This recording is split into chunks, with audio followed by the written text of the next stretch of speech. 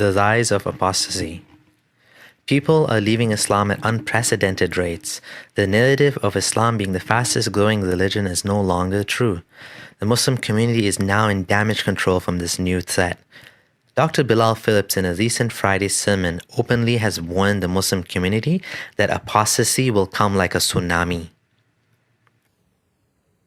And if we don't take constructive steps to deal with this, it is going to become an avalanche, a tsunami that is going to hit our community in such a way that we will have a very difficult time standing. It will knock us over. The tides are turning. In real life, I know many people who have left Islam, but the majority cannot come out publicly due to family pressure, social pressure, and community pressure. The number of ex-Muslims who are out is still a very small number.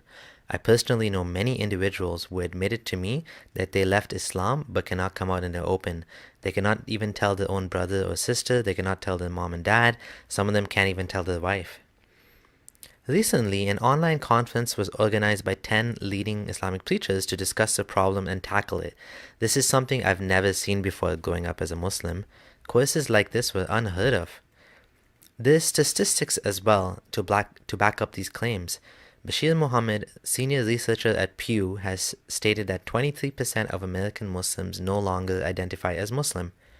This means that as many people are leaving Islam as converting to it right now. Now, even though this isn't usually advertised, Muslim scholars and imams know this to be the case. Muslim scholars are usually at the forefront of seeing this happen because parents will come and complain that the child is not religious or even doesn't believe any longer. Some trusted scholarly individual will usually be contacted by someone in the community seeking help for their family member. Let's listen to Bilal Phillips talk about this major issue. Brothers and sisters, in today's khutbah, I would like to stress two main points, which I have seen with my own eyes and heard with my own ears. The consequence of failing to achieve. The Muslim community here, in a minority circumstance, is a high-risk community.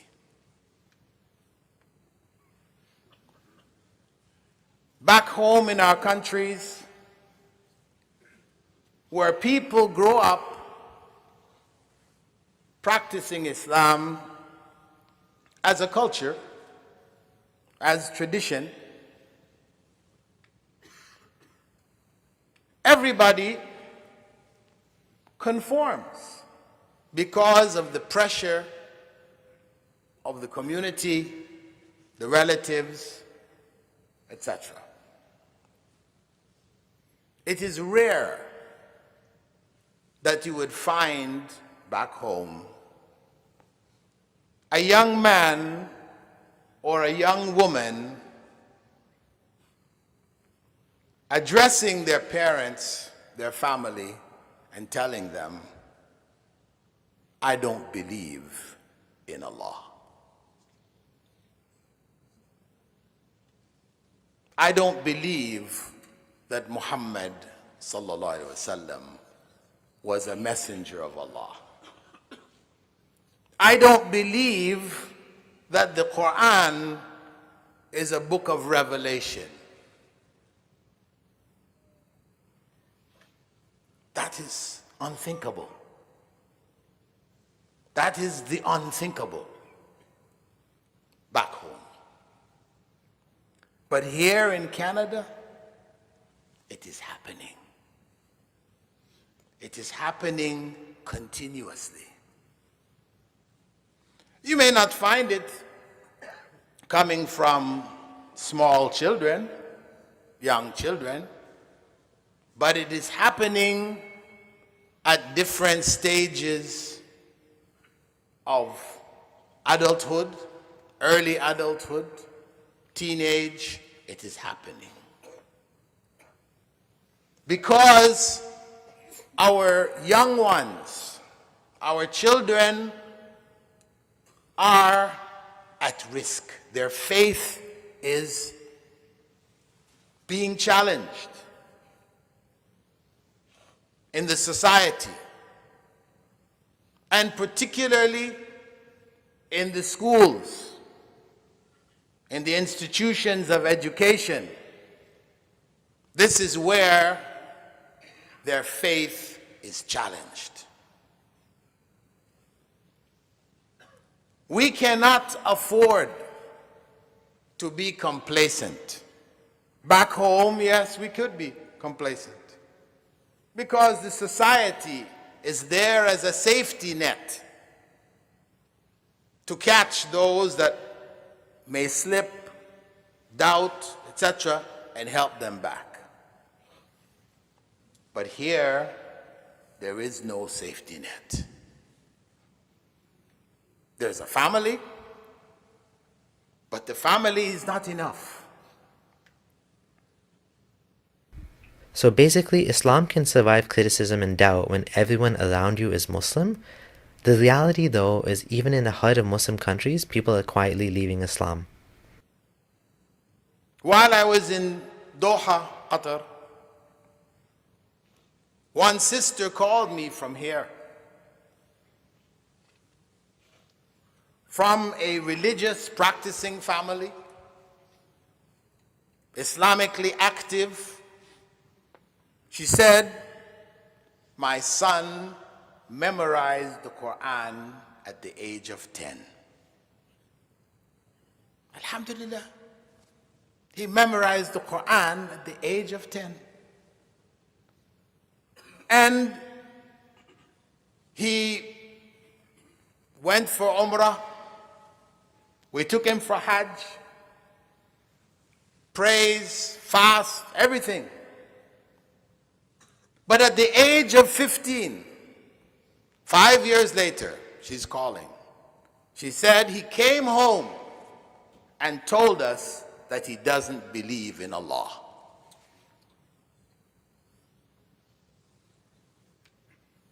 What should we do? We have other young children in the house. Should we kick him out? Because he could possibly affect the rest of the family members. The younger ones, he could infect them. This is a disease. What should I do? I advised her to take him to the local imam or some knowledgeable individuals from the community here to discuss with him and try to help him find his way back.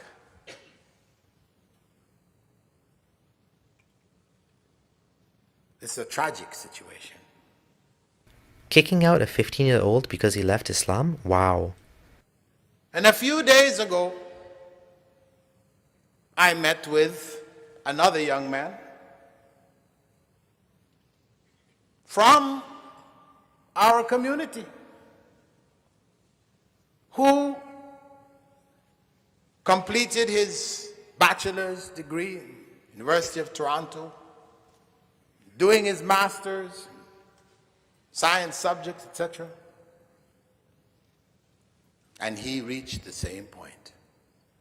He said, I don't believe in Allah. His family members brought him for me to talk to him. And I spoke with him. He didn't believe in Allah. He spoke something of, yeah, no, I do believe in God, but in the end, when I pinned him down, he didn't believe in the existence of God. The Quran was not a miracle. Muhammad ﷺ was not a prophet of God. Yes, he's a good man.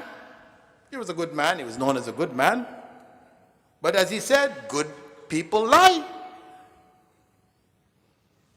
Good people can lie, just like anybody else. That's where he reached.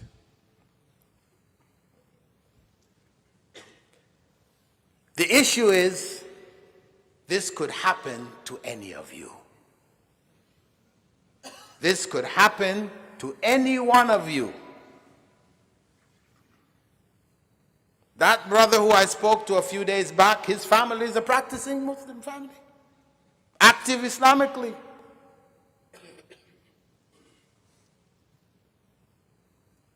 And the one who called me from here, same thing.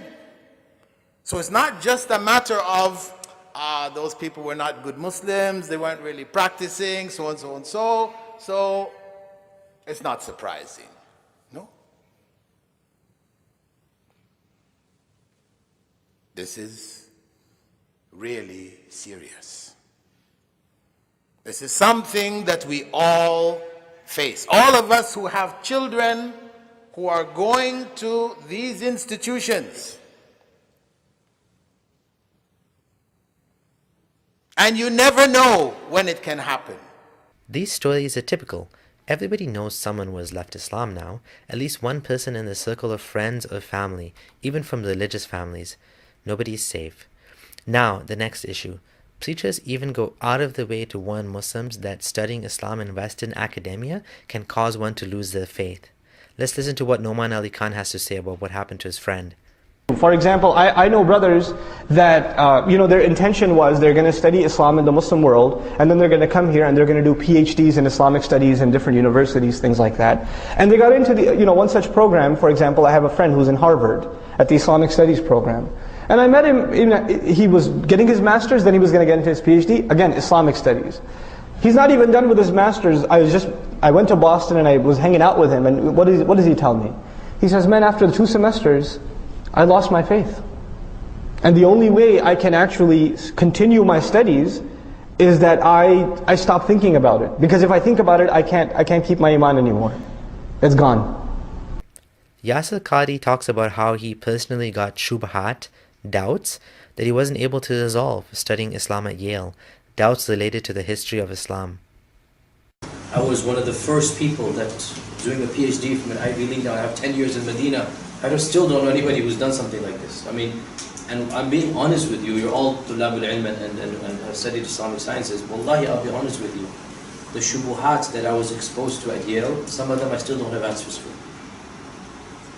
The reason why many of our ulama are so scared to go into these fields is because they are not qualified to answer every single shubha. So there's an element of truth, like you don't throw your son or daughter in the water when they don't know how to swim. When my teachers at Medina found out I'm going to Yale, they expressed their concerns to me. You're going to go there, they're going to do this, they're going to do that. Many of them. And of course, I realized this is the way forward for me personally. Alhamdulillah, one or two very forward-minded, very open-minded of my mentors, they appreciated this. They wanted me to go. Alhamdulillah. But honestly, it was not easy because I jumped into the deep end and I did Islamic studies and early Islamic studies. And when you do that type of stuff, your brain really is scrambled completely. And the type of talk you just heard me give, I would never have given it in the Medina phase. It's not going to come because what the Western education does is it historicizes, contextualizes. It forces you to rethink.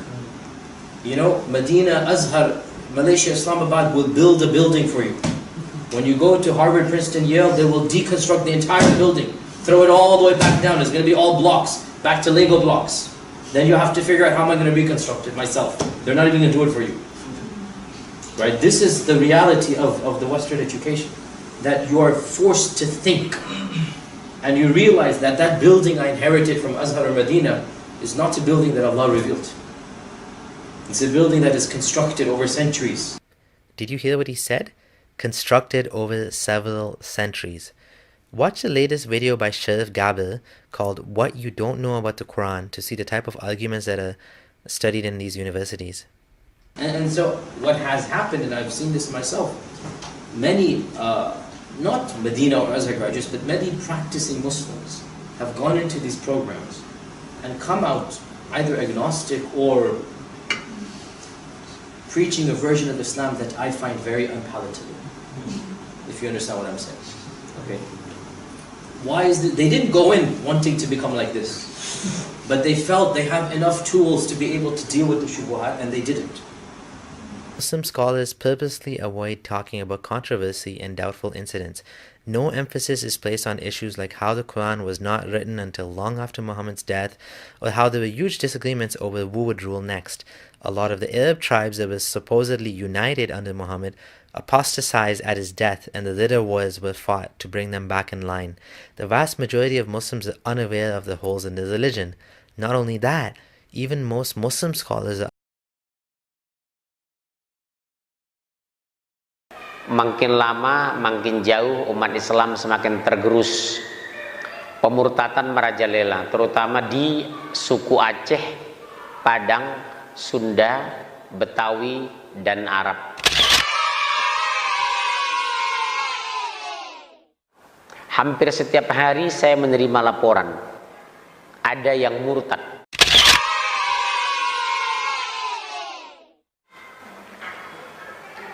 Di Jakarta Timur, enak dia mengatakan, maaf ya ma, saya sudah Kristen.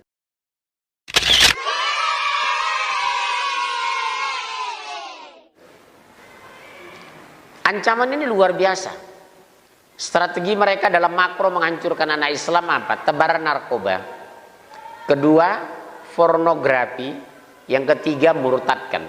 Yang ketiga, murtadkan. Yang ketiga, murtadkan. Kenapa semudah itu anak-anak muslim bahkan orang tua tergerus dengan iman? Jawabnya sederhana, pondasi akidah kita lemah. Di perguruan tinggi mulai dari TK sampai perguruan tinggi kita selalu bicara fikih dan syariat, bukan bicara akidah atau tauhid. Dari mana kita mulai? Dan kenapa mereka begitu getol memurtadkan Islam? Indonesia sekarang pertumbuhan gereja tertinggi di dunia, 380% per tahun.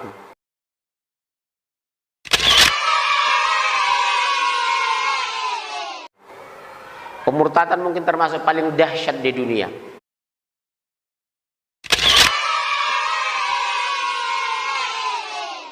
Subhanallah. Strategi ini berhasil mereka membangun, menghancurkan pola pikir. Umat Islam lupa dan lalai. Umat Islam lengah. Dulu umat Islam 99%, sekarang tinggal lebih kurang 80% umat Islam.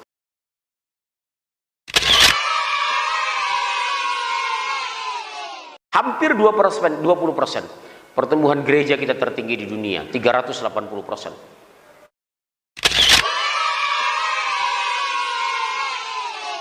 Kenapa, Bu? Pondasi akidah lemah, yang disampaikan hanya syariah atau fikih, langsung di brainwash, cuci otak. Lihat anak-anak kita, lebih kurang 22 tahun yang lalu saya masuk Jakarta. Saya bangga lihat orang Betawi, ba'da maghrib tidak pulang dari musola, dari surau, dari masjid, membaca Al-Quran sampai Isya. Sekarang selamat tinggal.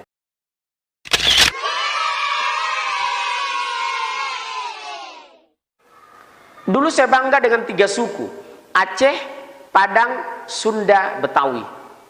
Sekarang tergerus, justru yang paling banyak sekarang digarap, dimurtadkan, Aceh, Padang, Sunda, Betawi.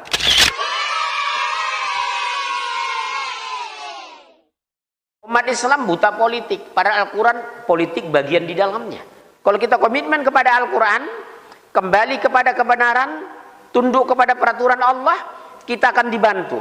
Nah, yang paling mengerikan ke depan ini saya pergoki adalah apa itu, Bu? Pemurtatan merajalela.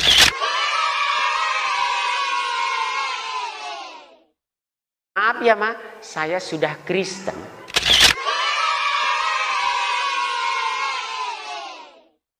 Di pacuan kuda itu, sarjana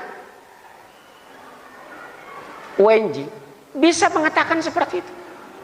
Maaf ya, Ma, saya sudah Kristen.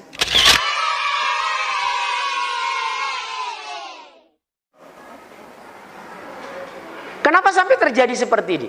Kondisi akidah kita lemah. Matius, ibu bawa kitabnya? Pasal 28 ayat 19. Ini mereka jadikan amanat agung Yesus Kristus. Karena itu, pergilah kamu ke semua bangsa, jadikan mereka menjadi muridku, dan baptislah mereka atas nama Bapa, Anak, dan Roh Kudus. Amin. Haleluya.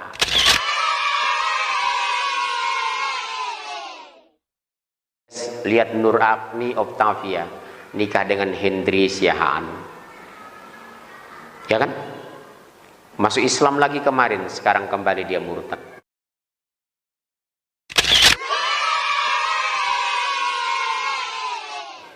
Orang Bukit Tinggi. Lihat Nania, pemenang Indonesian Idol, habis sholat subuh murtad.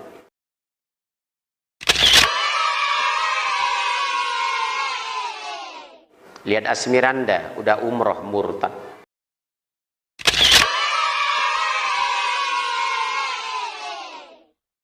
Lihat Luqman Sardi, anak Idris Sardi, murtad.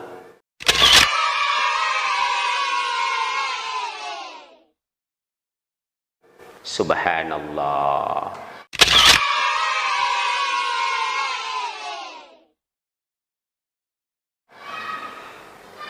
Ibu jangan anggap entengin ancaman terberat. Salah satu SMA negeri di Jakarta, laporan masuk sama saya sebelum Ramadan kemarin. Berhijab, sholat tidak tinggal, pengurus Rois Rohani Islam SMA negeri di Jakarta ini didekati sama laki-laki Ambon. Sekarang hijab dibuka, sholat ditinggal. Mungkin sudah murtad.